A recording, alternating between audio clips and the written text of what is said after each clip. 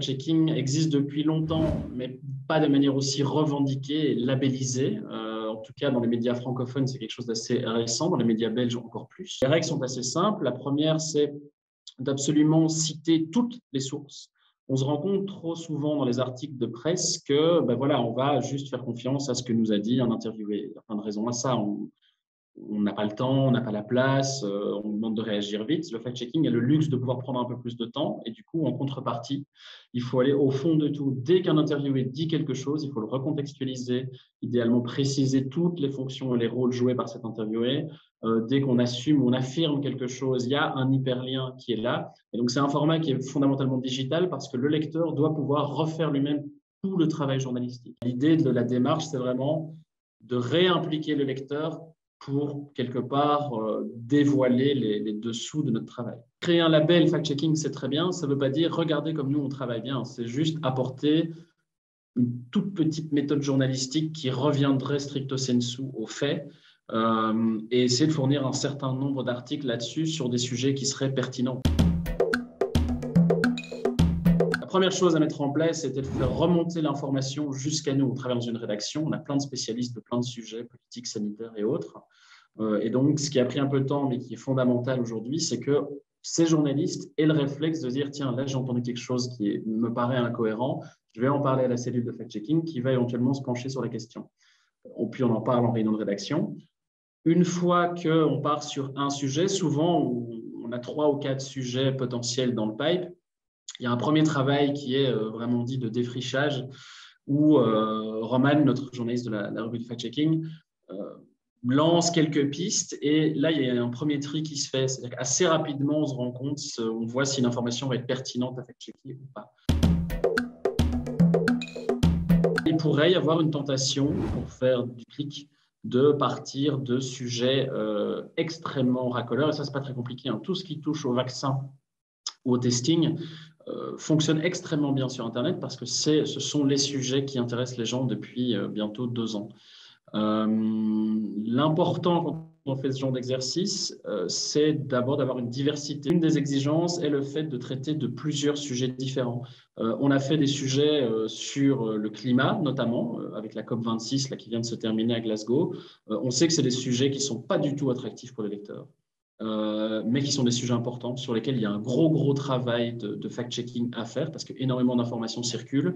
Là, on le prend, on le fait, on s'y attelle. S'il y a un gros sujet sur un vaccin, par exemple, ou sur le testing qui sort dans les médias, il est partout, il est extrêmement présent. Il y a un appel évident, un attrait évident pour le lectorat. On va le faire aussi. Le tout, c'est toujours de trouver un équilibre.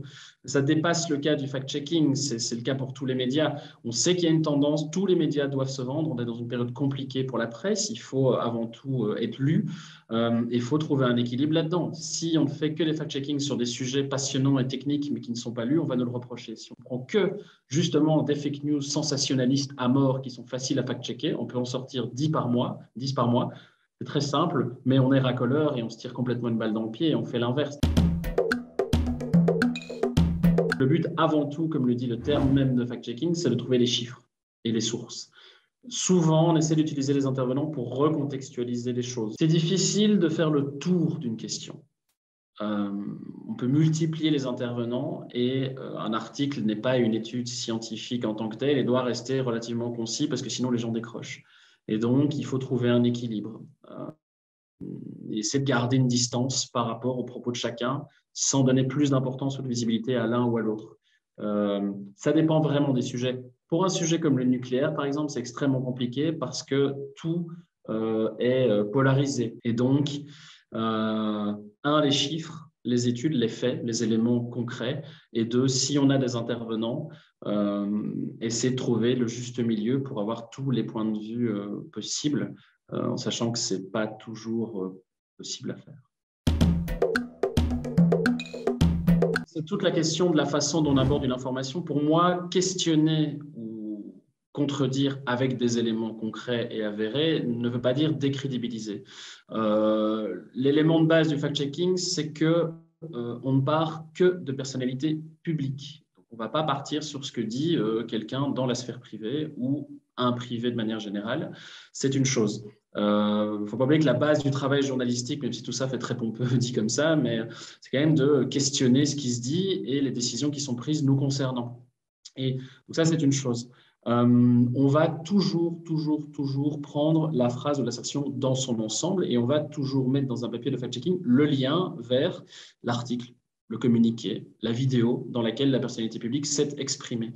Donc, il y a non seulement un travail de recontextualisation, mais aussi un lien vers voici exactement ce qu'a dit la personne. On ne va pas remettre la totalité de son discours, on va prendre vraiment la partie visée, mais si vous voulez tout écouter, tout est là. Donc ça, c'est un travail de transparence. Tout est recontextualisé, la moindre information est appuyée et les sources mentionnées.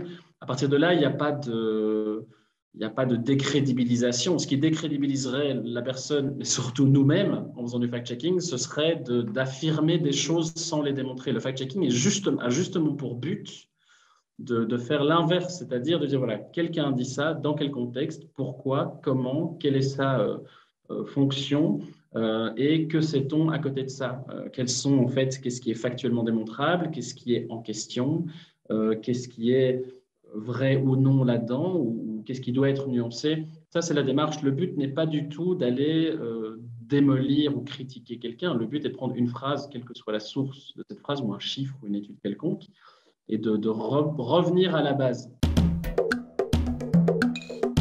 Le problème, c'est que la qualité prend du temps et c'est un peu une logique qui s'oppose à l'autre logique qui est encore en place sur les réseaux sociaux ou certains sites d'information, qui est de fournir du contenu tout le temps.